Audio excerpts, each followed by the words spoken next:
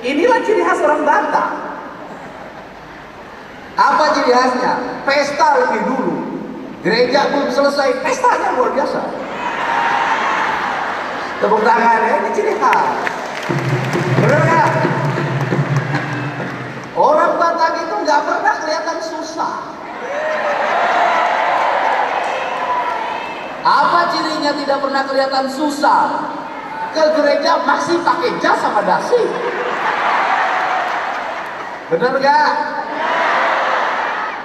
Dan saya mempelajari orang Batak nih egonya luar biasa. Apa egonya? Bertuhan saja bikin kelompok. Ya kan? Jadilah Kristen, tapi mohonlah aku Tuhan. Kristennya HKBP aku. Benar nggak? Jangan-jangan nanti berdoa sama Tuhannya begini.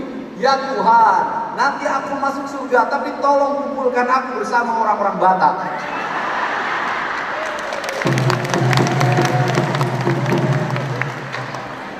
Apa sih yang harus dipelajari dari marga Batak dan yang tergabung di HKBP ini?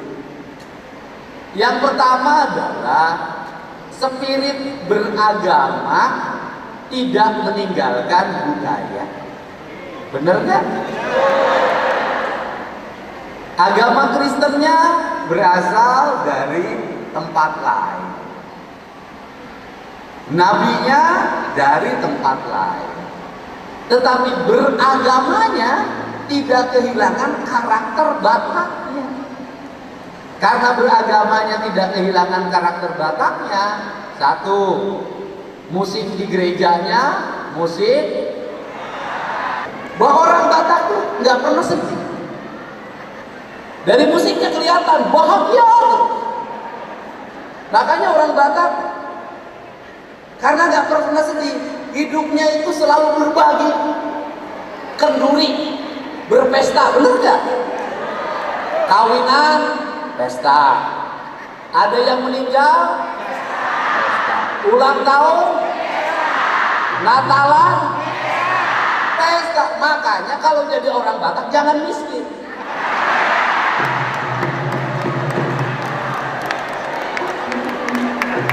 Kalau miskin nggak bisa ngundang kerabat-kerabatnya waktu meninggal, nggak bisa ngundang kerabat-kerabatnya waktu kawinan. Kenapa? Nggak cukup uangnya.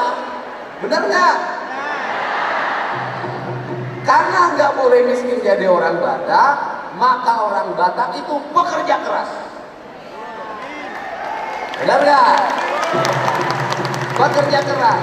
Karena bekerja keras, kadang ya kan suaranya lebih keras dari bekerjanya. Mantaplah itu. Nah, kemudian ini yang menjadi ciri khasnya. Karena ini yang menjadi ciri khasnya, maka orang Batak meskipun agamanya Kristen, tetap dia punya identitas sebagai warga Batak. Sudahlah kau, sudah. Karena punya identitas sebagai warga Batak, maka punya karakter. Karena setelah ini punya karakter, orang Batak nggak usah tes DNA. Kenapa orang Batak nggak usah tes DNA? Karena dari namanya saja sudah mencerminkan dia Batak. Sehingga saya ngajakin sama orang Sunda. Kenapa? Orang Sunda harus ngikutin orang Batak biar tidak kehilangan jati dirinya.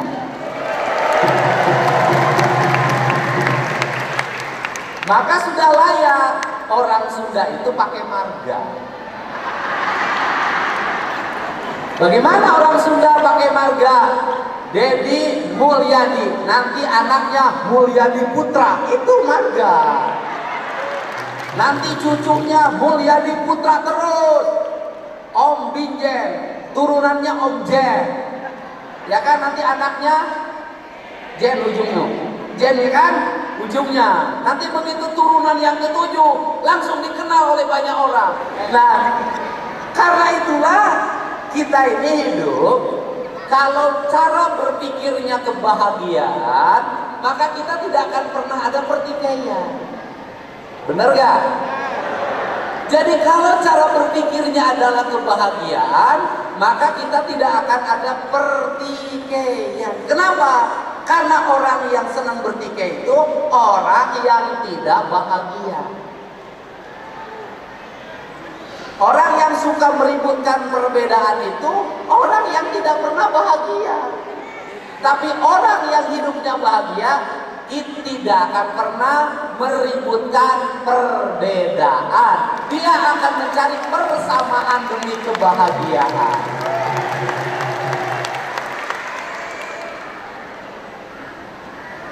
Nah, kemudian yang berikutnya apalagi harus pelajari orang Batak. Orang Batak itu ngomongnya itu nadanya tinggi.